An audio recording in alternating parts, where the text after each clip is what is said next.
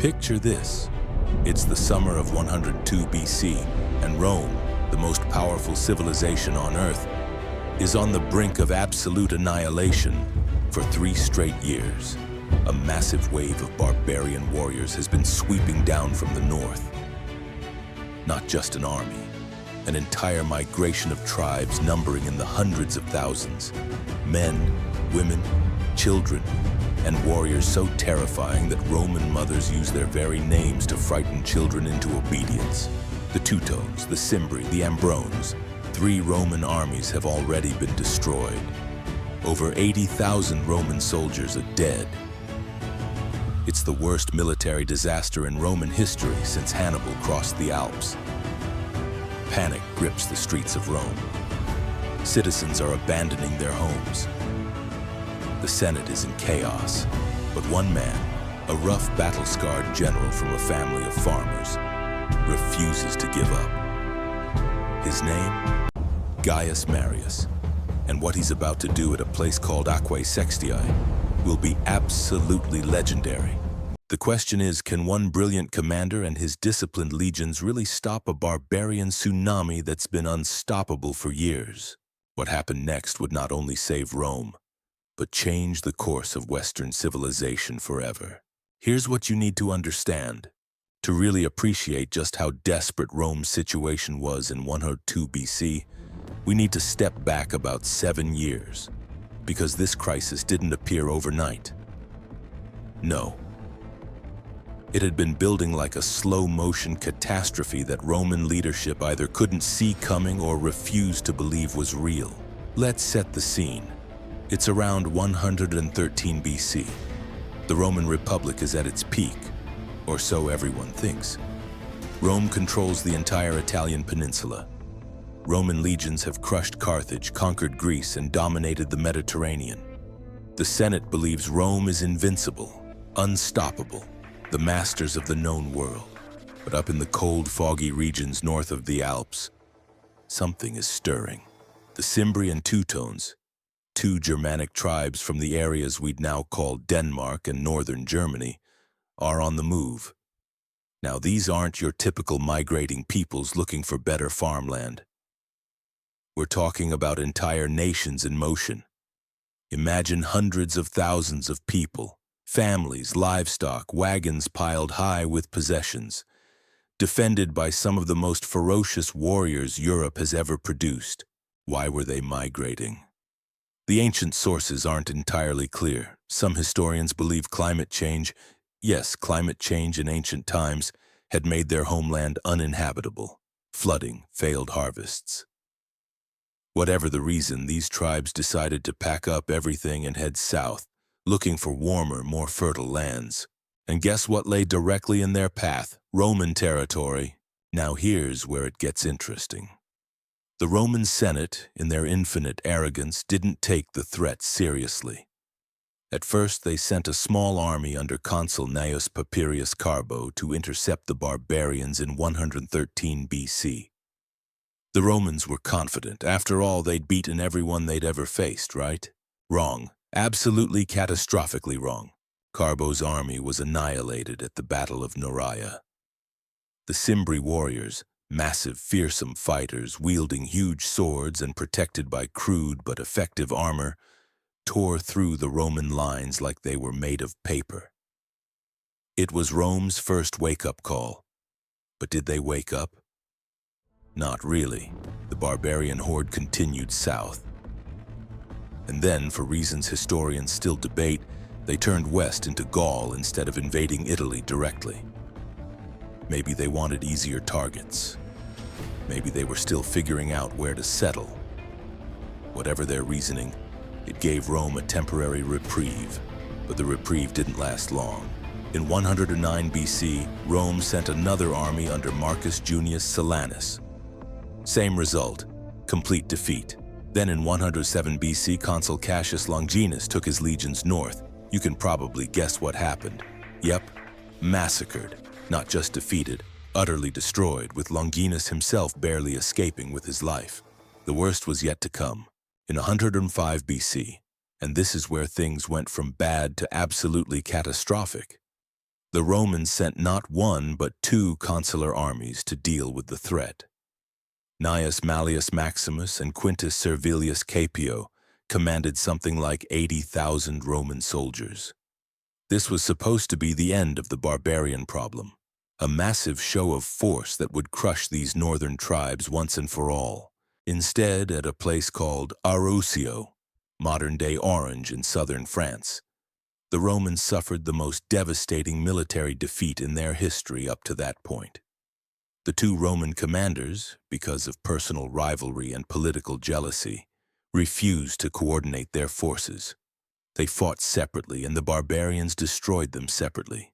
80,000 Roman soldiers dead in a single day. Can you even imagine the news reaching Rome? The panic? The absolute terror? Because here's the thing. Rome didn't have a standing army back then. These weren't professional soldiers. These were citizen soldiers, farmers, merchants, craftsmen. Men who left their families to serve the Republic, and now they were gone, wiped out. The roads leading to Rome were clogged with refugees fleeing south. The wealthy started shipping their valuables to Sicily and other islands. The Senate declared a state of emergency, the tumultus, a term reserved for when Rome itself was under direct threat. Mothers cried out the names of the barbarian tribes to frighten disobedient children. The Cimbri are coming became the boogeyman of an entire generation. But we're getting ahead of ourselves, because what's about to unfold is even more incredible. Into this crisis stepped one man who would change everything. But to understand why Gaius Marius was the right man for this impossible job, we need to know who he was, and why he was so different from every other Roman general of his era. The stage was set, but no one could have predicted what was coming. Trouble was brewing, and it had been for quite some time. Gaius Marius was not your typical Roman general, not even close. In a society where military command was reserved almost exclusively for aristocratic families, the so-called nobility who could trace their lineage back generations, Marius was an outsider, a new man, they called him. His family came from Arpinum, a small town in the Italian countryside. They were farmers, equestrians technically, which meant they had some money, but they had zero political pedigree. You can imagine how the aristocratic senators must have looked at him. This rough-spoken man with calloused hands and a thick provincial accent, daring to rise through the ranks to the highest positions of power. They despised him, mocked him, underestimated him. Big mistake, huge, because what Marius lacked in noble breeding, he more than made up for in military genius, political cunning, and absolutely ruthless determination. He'd served as a junior officer under Scipio Aemilianus during the siege of Numantia in Spain, where he'd earned a reputation for personal bravery and tactical innovation. He'd climbed the political ladder step by agonizing step. Military tribune, questor, praetor, each position a battle against aristocratic opponents who wanted to keep power in their own families. By 107 BC, Marius had achieved the impossible. He'd been elected consul, Rome's highest office. And here's where his genius really started to show. Because Marius looked at the disaster of Arusio and understood something that the aristocratic generals had completely missed. The Roman military system was broken. You see, up until Marius, the Roman army was essentially a militia of property owners. Only citizens who owned land could serve in the legions because they had to provide their own equipment. Sounds reasonable, right? Citizens with property have a stake in defending the Republic. But here's the problem. After decades of warfare, Rome was running out of property-owning citizens who could serve.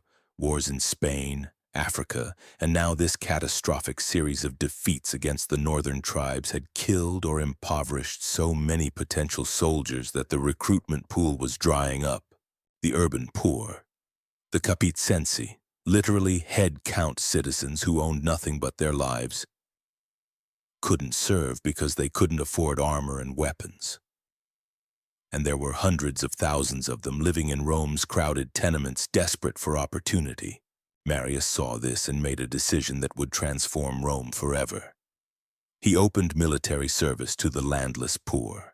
He gave them equipment paid for by the state. He promised them steady pay, a share of war booty, and, crucially, land grants after their service. Suddenly, being a Roman soldier became a career, a profession.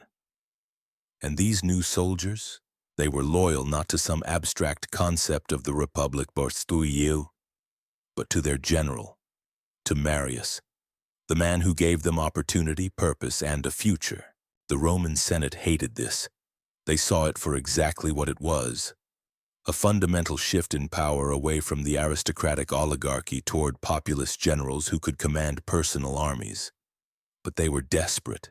The barbarians were still out there, and Rome needed soldiers. So they held their noses and let Marius do what he needed to do. And that's when everything started to fall apart. For the barbarians, that is. Marius spent from 105 to 103 BC transforming the Roman military. He drilled his new soldiers relentlessly. He standardized equipment and tactics. He made each legion a self-contained fighting unit with engineers, supply staff, and medical personnel. He even changed the basic structure, creating the cohort system that would define Roman military organization for centuries. But more than that, he taught these men to believe in themselves. These weren't aristocrats fighting for family honor. These were hungry, desperate men from Rome's lowest classes who now had a chance at glory, wealth, and respect. And they trained like their lives depended on it, because they did. Meanwhile, the Cimbri and Teutones were still rampaging through Gaul. They'd defeated every Roman force sent against them. They'd raided and plundered their way across the countryside. They were rich with loot, confident in their invincibility, and still looking for a place to settle permanently.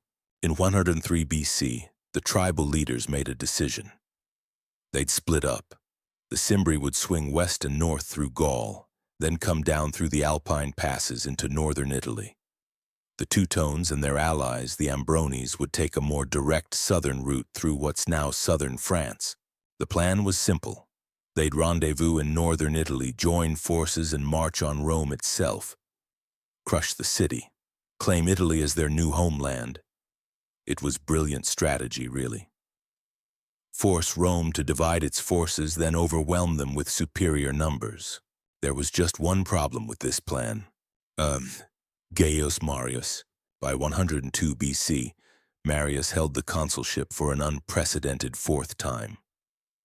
The Senate had bent the rules. Technically, you weren't supposed to be consul 2 years in a row, let alone 4 times in 6 years. But desperate times called for desperate measures.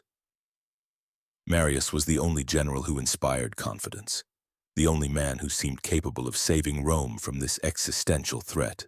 And he knew the barbarians were coming. His scouts had tracked the Teutones and Ambrones as they moved south through Gaul. The tribes were massive.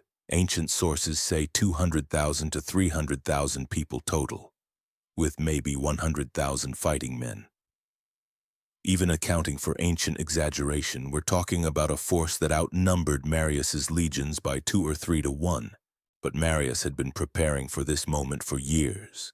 His legions were ready, his supply lines were secure, his intelligence network kept him informed of every barbarian movement, and he had picked the perfect place to make his stand, a spot in southern Gaul called Aquae Sextiae, the waters of Sextius. Today we call it Aix-en-Provence. Each decision brought them closer to the inevitable. The moment of truth had arrived. It's early summer, 102 BC. The sun beats down on the dusty roads of southern Gaul as Marius is marching his legions, somewhere between 30,000 and 40,000 Roman soldiers, to intercept the Teutones before they can reach Italy. These aren't the panicked, poorly coordinated armies that the barbarians had crushed before. These are Marius's new professional soldiers, hard men, disciplined, ready. The column stretches for miles. You can hear the rhythmic tramping of thousands of hobnailed sandals on stone, the clinking of equipment, the creaking of supply wagons, officers shouting orders. It's an intimidating sight. The full might of Rome on the march. Marius receives reports from his scouts. The Teutones are moving south along the coast, following the ancient routes through Gaul. They're cocky, overconfident. Why wouldn't they be? They've smashed every Roman army they've encountered. They're dragging wagons piled with loot from years of raiding. Their warriors strut and boast about the glories to come. But here's what's fascinating about Marius. He doesn't rush to engage them. He doesn't let his pride or his soldiers' eagerness push him into a hasty battle.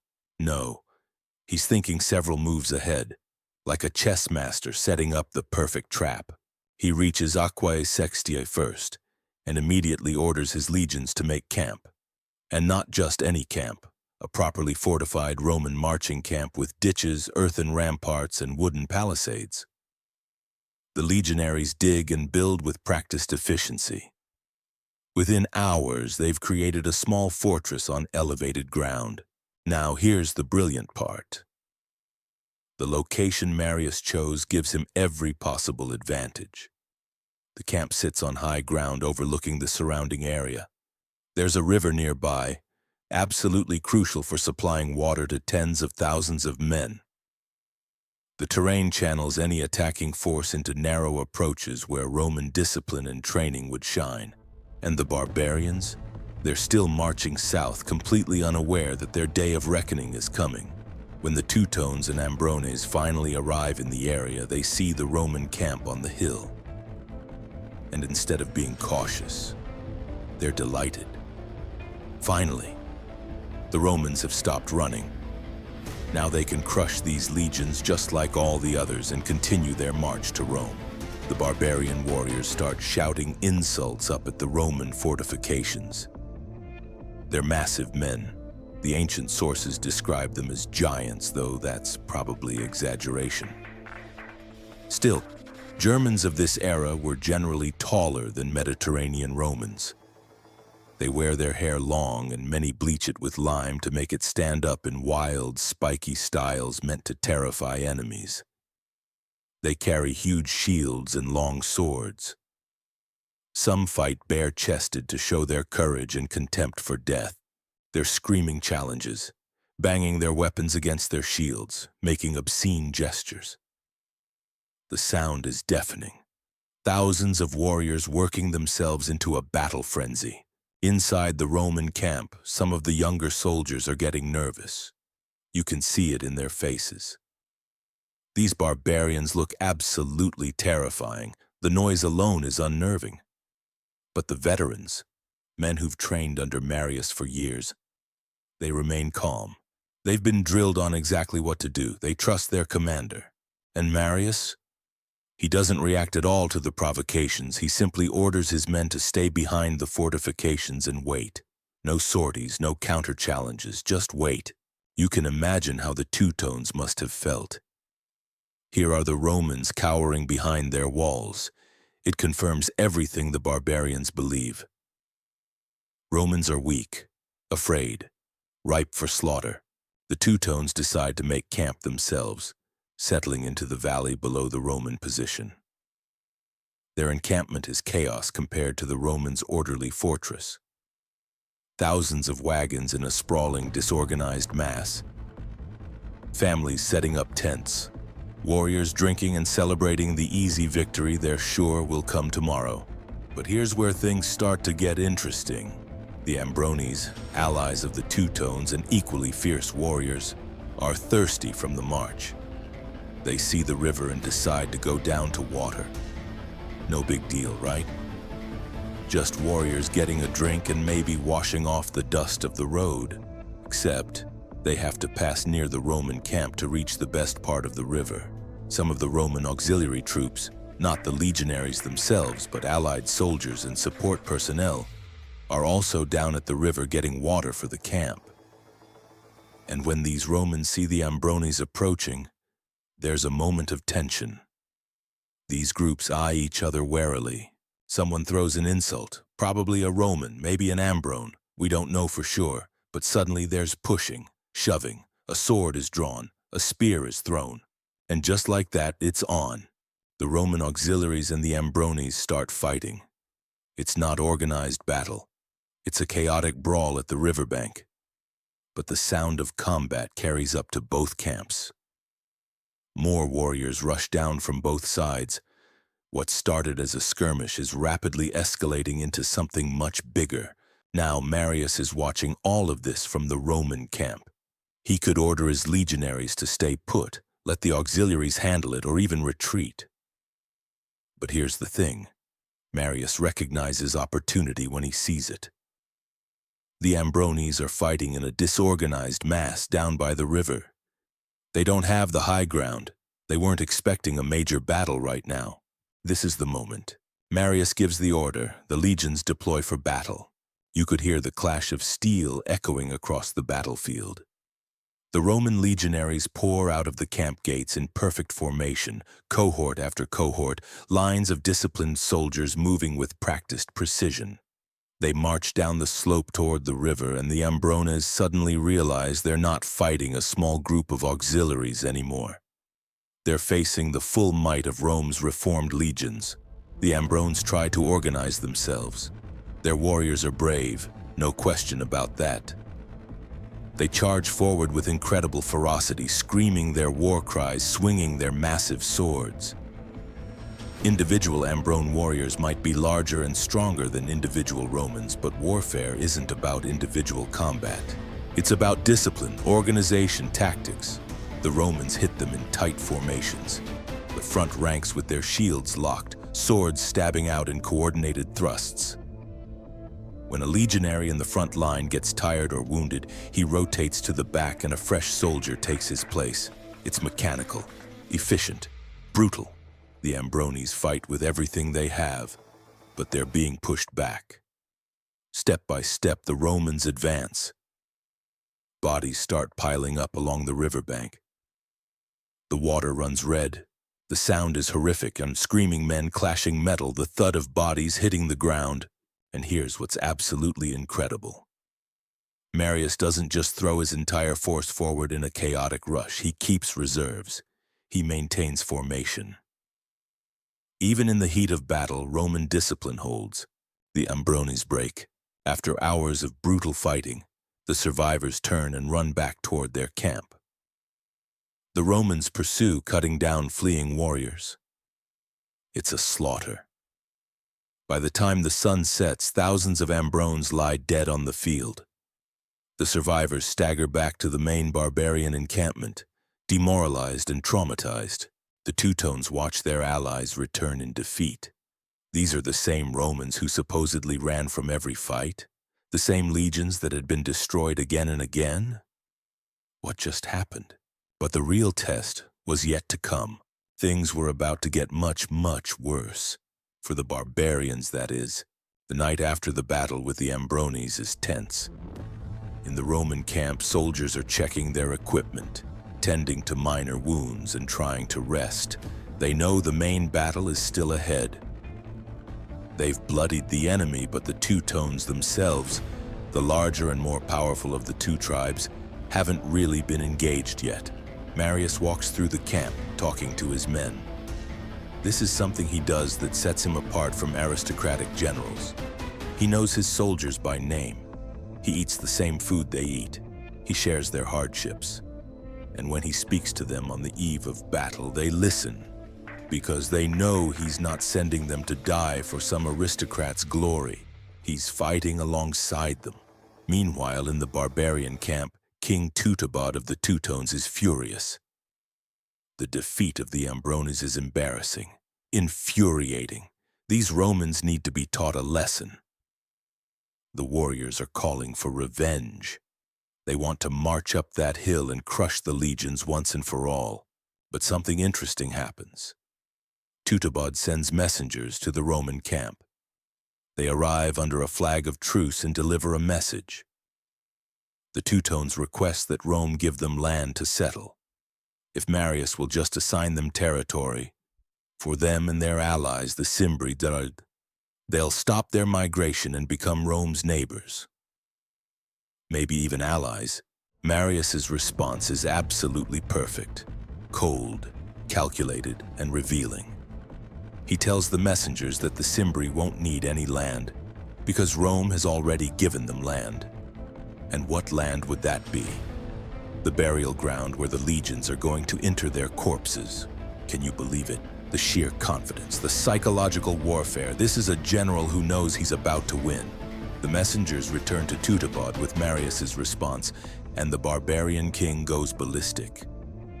Fine, if Rome wants war, they'll get war. The Teutones will wipe out these arrogant legions and march over their bodies all the way to Rome itself. For the next 2 days, there's a standoff. The Teutones keep expecting Marius to come down and fight them on level ground. That's what brave warriors do, right? Meet your enemy face to face in open battle. But Marius, he just waits. His legions stay in their fortified position. They're rested, supplied, ready. The barbarians get increasingly frustrated. Finally, on the 3rd day, they make their move. If the Romans won't come down, the Teutones will go up. The entire barbarian army begins marching toward the Roman camp. And this isn't a coordinated military advance. It's a migration. Remember, these aren't just warriors. They've brought their families, their wagons, their entire lives with them. So as the warriors march past the Roman fortifications heading further south, they're apparently planning to just ignore the Romans and continue toward Italy. Their supply train follows. Huge columns of barbarians trudging past the Roman camp. It takes 3 days for the entire horde to pass. 3 whole days. You know what? If you're as fascinated by this incredible story as I am, consider subscribing. It genuinely helps us bring more of these untold stories of empires, battles, and human drama to life. Trust me, the best part is still coming. Now, where were we? Oh, right, the moment that would change everything. As the barbarians are moving past, Marius is making his final preparations. And here's where his tactical genius really shines. He's not just going to attack them straight on. He's setting up an ambush. Marius secretly sends a detachment of 3,000 men, commanded by his second-in-command Claudius Marcellus, to circle around through the hills and woods. These soldiers move at night quietly, taking up positions in the high ground behind where the barbarian army will be. They're to wait for the signal and then attack the enemy from the rear at the crucial moment. It's a classic pincer movement, but for it to work, timing is everything. On the morning of the battle, Marius leads his main force down from the camp.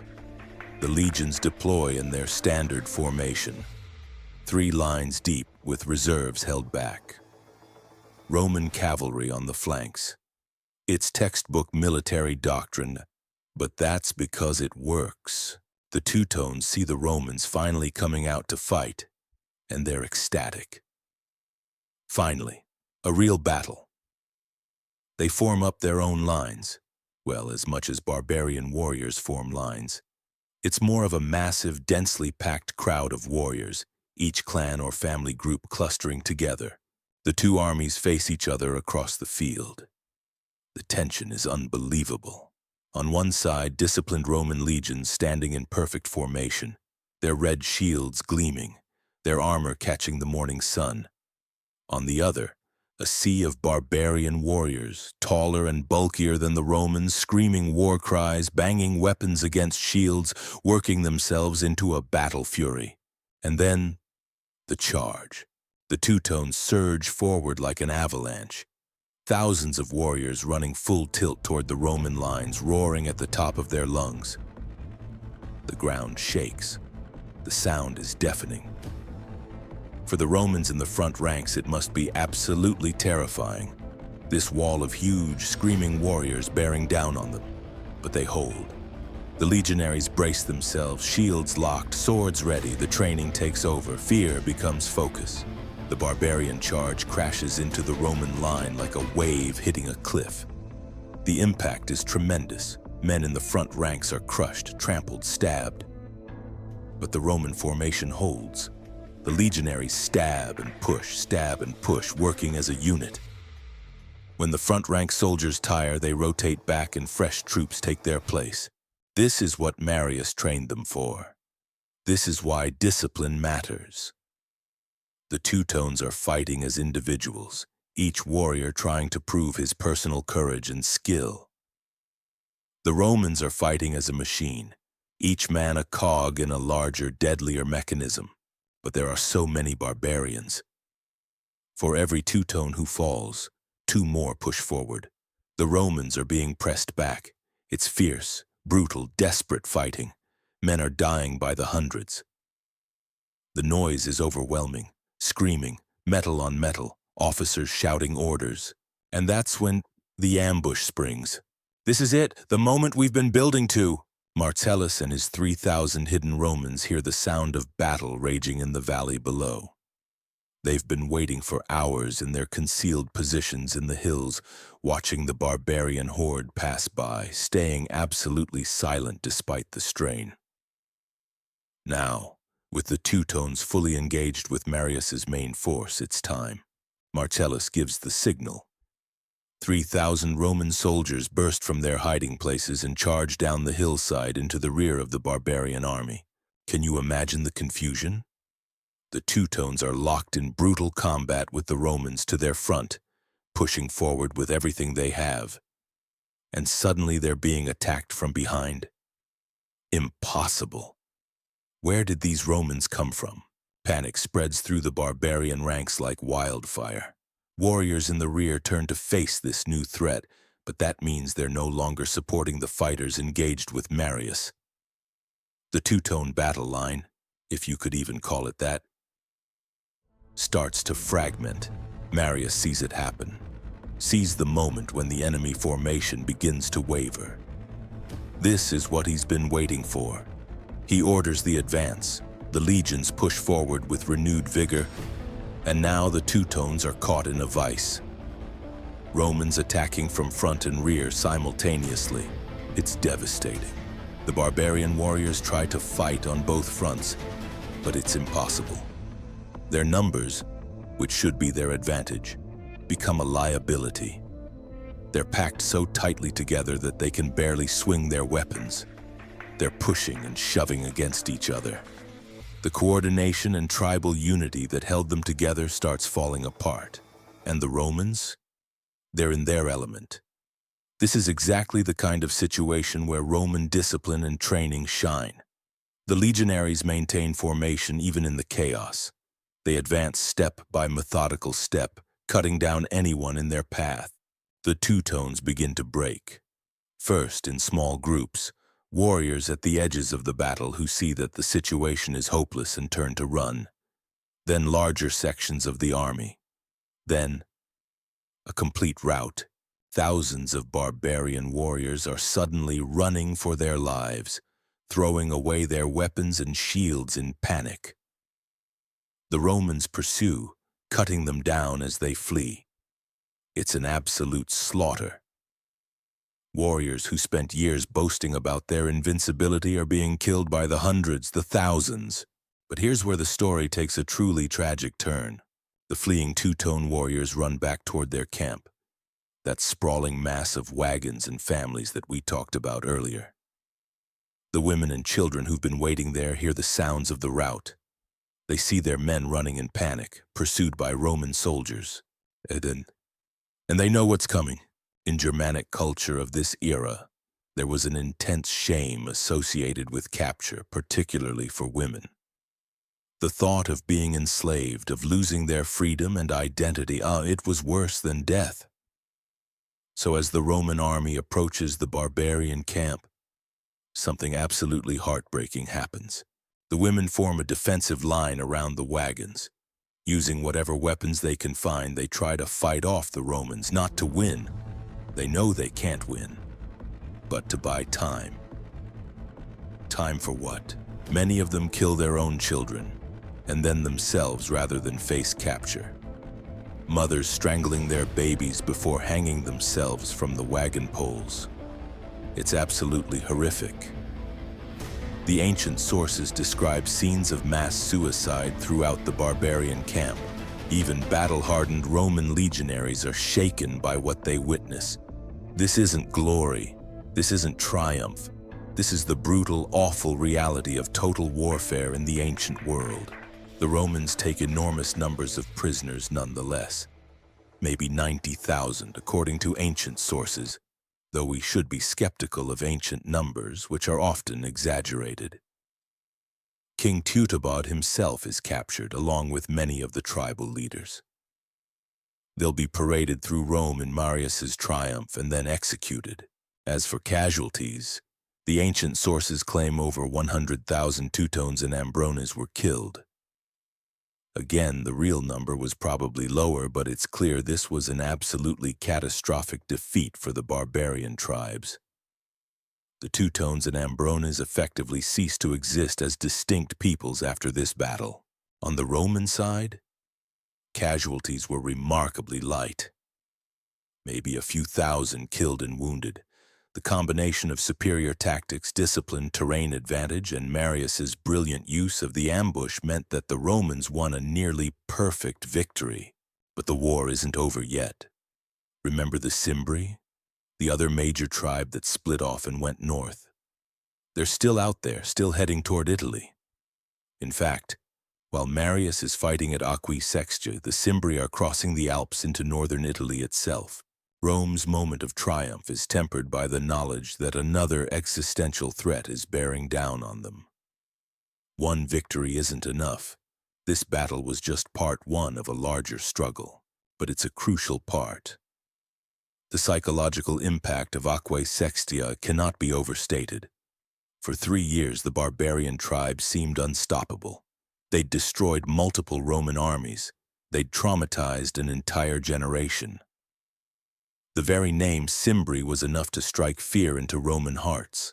And now, one of the two major tribes is completely annihilated. Marius, the common-born general that the aristocrats mocked, has achieved what their noble-born commanders couldn't. He's shown that these barbarians can be beaten, that Rome's legions, properly trained and led, are still the finest fighting force in the world. The news spreads like wildfire. When word reaches Rome, the city erupts in celebration.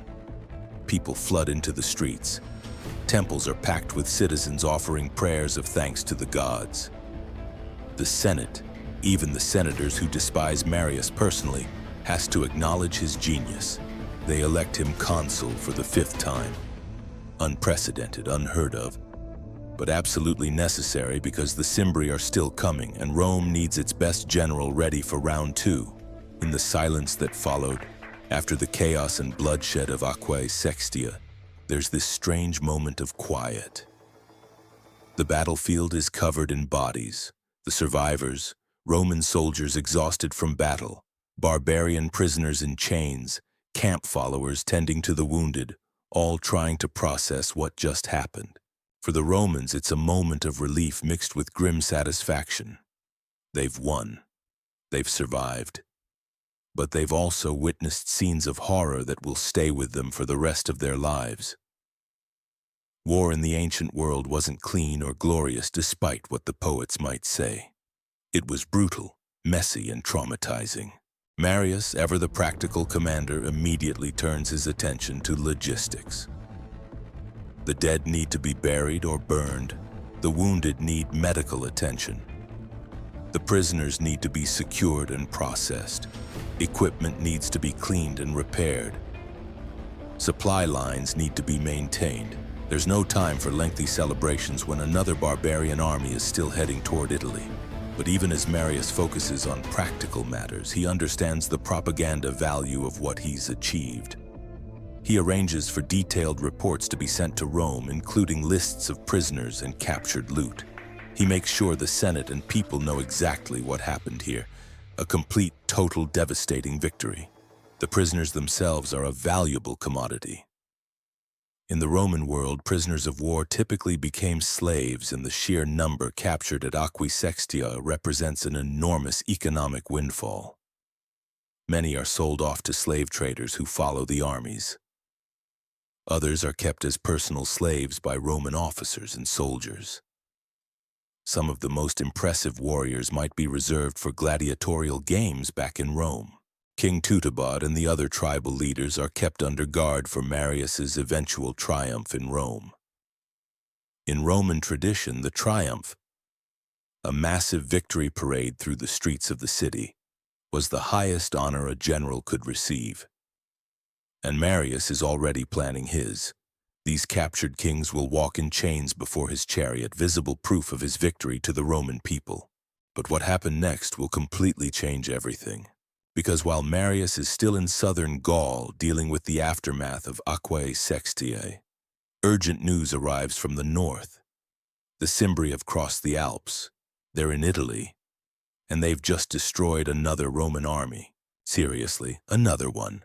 The consul Quintus Lutatius Catulus had been positioned in northern Italy with his legions, tasked with defending the Alpine passes. But the Cimbri were too numerous, too aggressive. Catulus's legions were forced to retreat, and the barbarians poured into the Po River Valley, some of the richest agricultural land in Italy. So here's the situation. Marius has eliminated one threat, but an even larger threat is now inside Italy itself, plundering and burning its way through the countryside. Rome's terror hasn't ended. It's just paused for a breath. Marius doesn't waste time. He immediately marches his legions north. No leisurely return to Rome for celebrations, no political maneuvering, just rapid forced marches to cover the hundreds of miles between southern Gaul and northern Italy.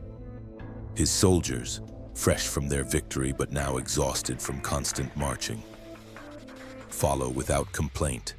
They trust Marius. If he says they need to move, they move. The two Roman armies, Marius's legions and the remnants of Catulus's forces, link up in northern Italy. Marius now commands something like 50,000 to 60,000 soldiers. The Cimbri, according to ancient sources, still number well over 100,000 fighting men plus their families and followers. Now here's where it gets crazy.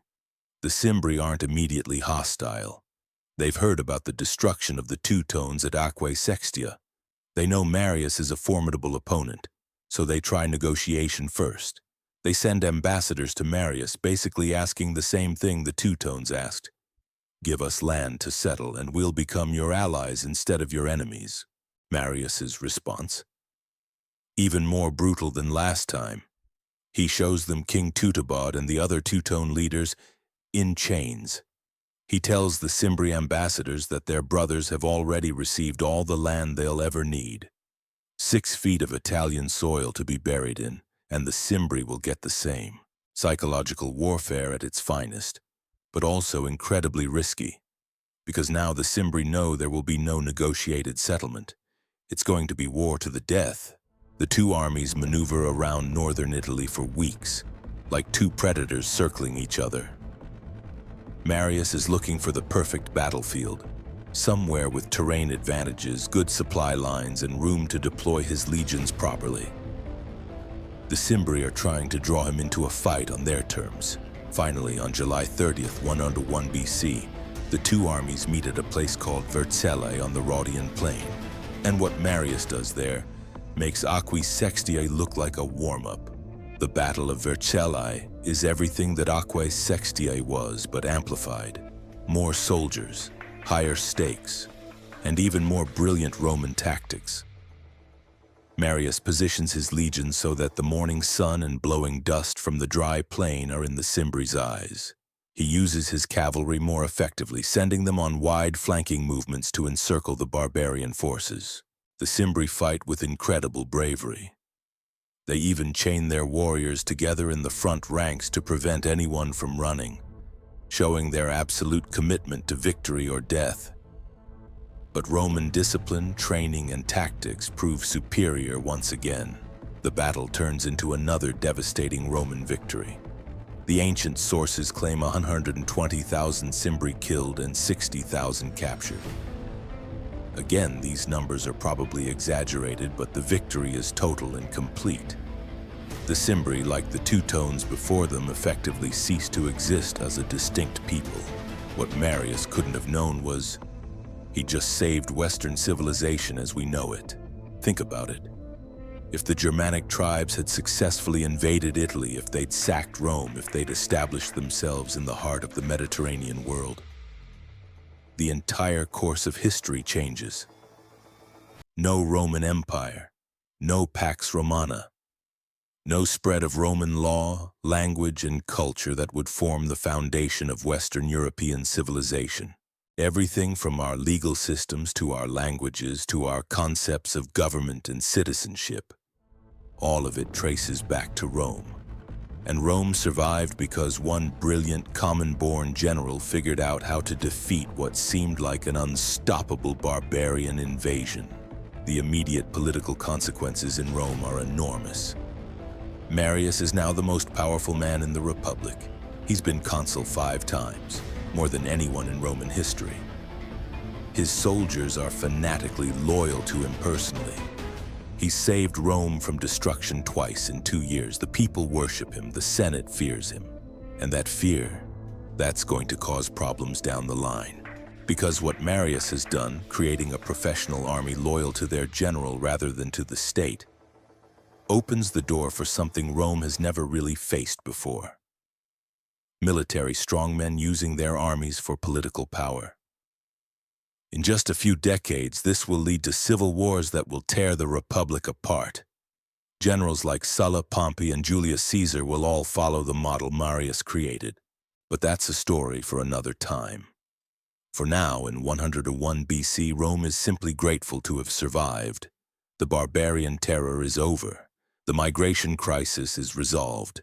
And Gaius Marius, the common-born farm boy from Arpinum, has become one of the greatest military heroes in Roman history. His triumphs in Rome are spectacular, multiple days of celebrations.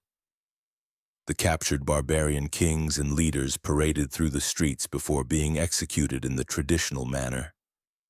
Mountains of captured weapons and treasure displayed for the crowds. Marius riding in a golden chariot, crowned with laurels while the entire city cheers his name. It's the high point of his life. His legacy is secure. He's saved Rome. He's reformed the military. He's achieved glory that most men can only dream about. What he doesn't realize is that his reforms have planted the seeds of the Republic's eventual destruction. But we're getting ahead of ourselves again. Looking back across the centuries, the Battle of Aquae Sextiae isn't as famous as some other ancient battles. Most people can tell you about Thermopylae, Cannae, or Actium. But Aquae Sextiae, it tends to get overlooked, lost in the shuffle of Rome's many military victories. And that's a shame.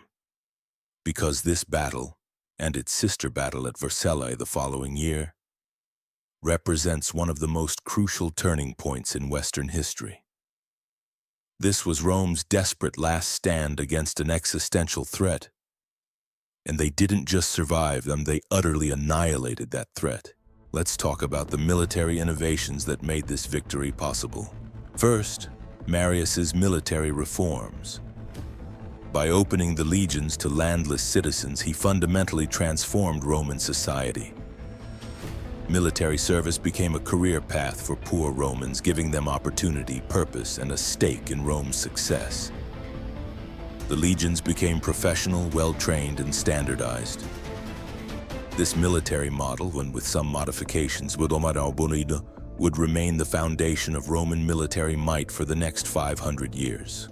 Second, his tactical brilliance. The ambush at Aquae Sextiae was a masterclass in using terrain, timing, and deception to overcome numerical disadvantage. Marius didn't try to match the barbarians in a straight-up brawl. He controlled the battlefield conditions, chose his moment, and struck with devastating precision. Third, his psychological warfare. The way Marius used the captured barbarian leaders, his brutal responses to negotiation attempts, his ability to project confidence and inspire his soldiers. All of this contributed to his victories as much as tactics and training. But what about the larger implications? Sound familiar? It should. Because the pattern Marius established, a charismatic general with a loyal personal army, became the template for the next century of Roman politics. Julius Caesar, when he crossed the Rubicon with his legions 50 years later, was following Marius's playbook. So was Pompey. So was Mark Antony. So was Octavian, who became Augustus, the first emperor. The Roman Republic's transformation into the Roman Empire doesn't happen without Marius's reforms. He opened the door, and once opened, that door could never be closed again. The old system, and where military command was just one temporary duty of aristocratic magistrates, was gone forever. Now you might ask, was that a good thing or a bad thing? And honestly, it's complicated. On one hand, Marius's reforms saved Rome. Without professional legions, the Republic probably doesn't survive the barbarian invasions. The military improvements made possible Rome's future conquests and the creation of the empire that dominated the Mediterranean world for centuries. On the other hand, those same reforms contributed directly to the civil wars that destroyed the Republic. When generals commanded armies that were loyal to them personally rather than to the state, it became almost inevitable that those generals would use their armies in political struggles. The late Republic is a chaotic mess of competing warlords, each backed by their own legions fighting for supreme power. So Marius saved Rome, but also set in motion the forces that would eventually kill the Roman Republic. Ironic, tragic, both. Here's what's fascinating about studying ancient history. We can see these long-term patterns that the people living through them couldn't see. Marius in 102 BC thinks he's just doing what's necessary to save his country. He has no idea that his reforms will lead to Caesar, to the imperial system, to everything that comes after. That's the thing about history. Actions have consequences that ripple forward through time in ways we can't predict or control. Let's also talk about the human cost. Because while we can analyze the tactics and strategy and political implications, we shouldn't forget that Aquae Sextiae was an absolute catastrophe for the Teutones and Ambrones. An entire people, their culture, their language, their way of life, essentially wiped out in a single campaign. Yes, they were invaders. Yes, they destroyed Roman armies and killed Roman citizens. But they were also refugees in a sense. Climate change or population pressure or whatever drove them from their homelands in the north. They were looking for a place to settle, to raise their families, to survive.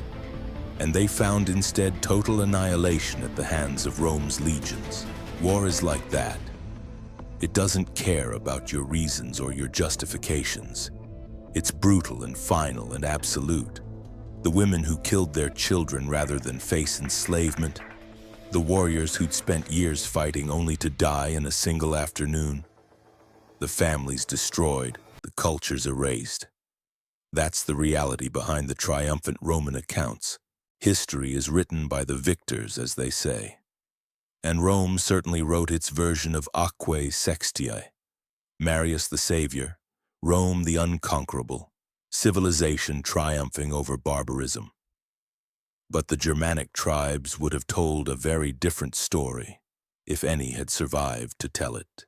The legacy of Gaius Marius himself is complex.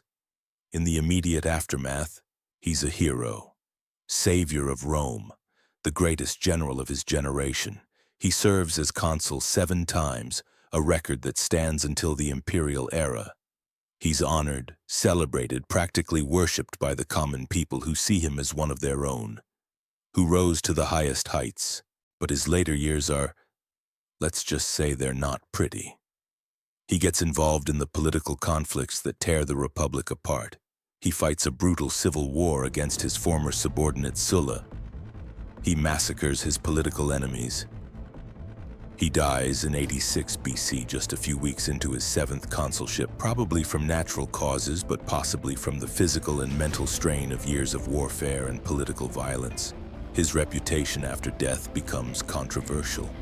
The senatorial class, who never liked him anyway, tries to downplay his achievements.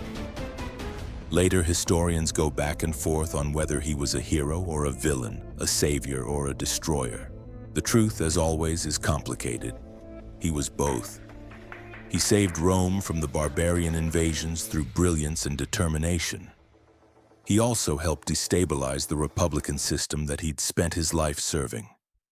He was a military genius and a ruthless politician, a man of the people and a general who craved glory and power.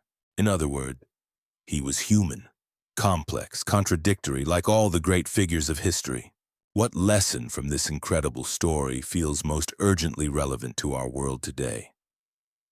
Is it the danger of military strongmen using their armies for political power? The complexity of migration and conflict? The way reforms intended to save a system can end up transforming it beyond recognition? The brutal reality that sometimes survival requires violence? I don't have easy answers. History rarely provides them. What it does provide is context, perspective, and the knowledge that we're not the first people to face these kinds of challenges.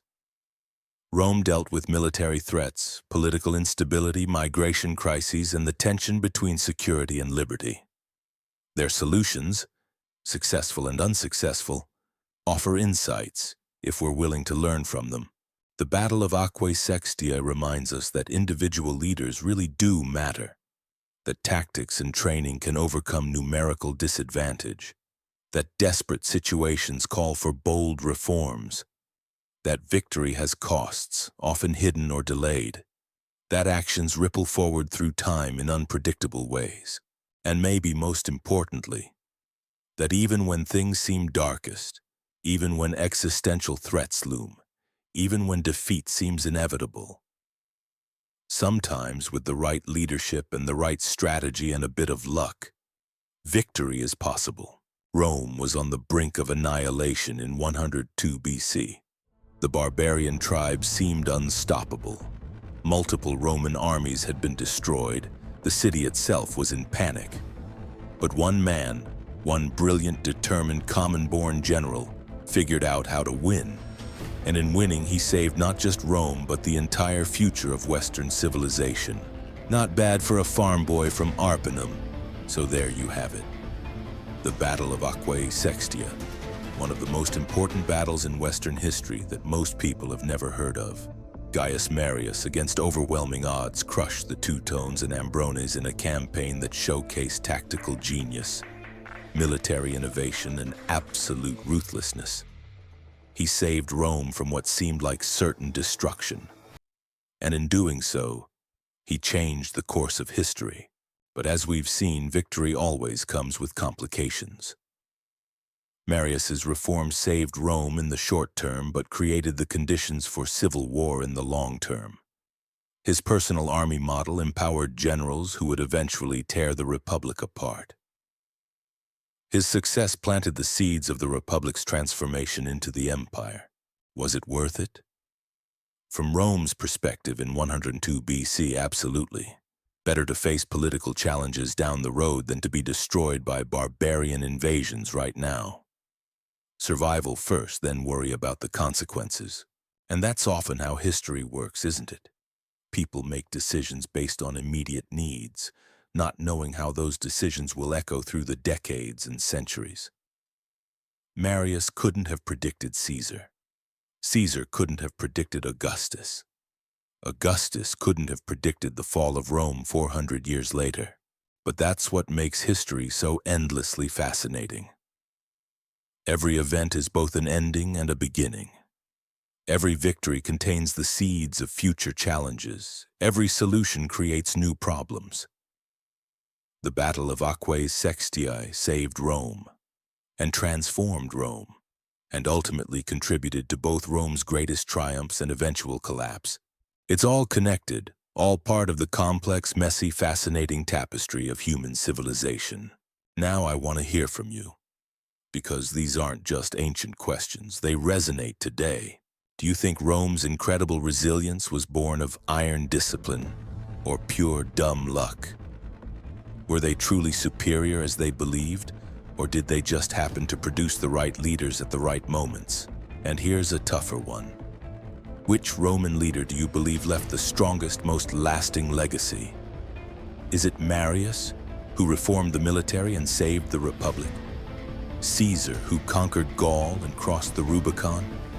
Augustus, who transformed republic into empire, or someone else entirely, finally?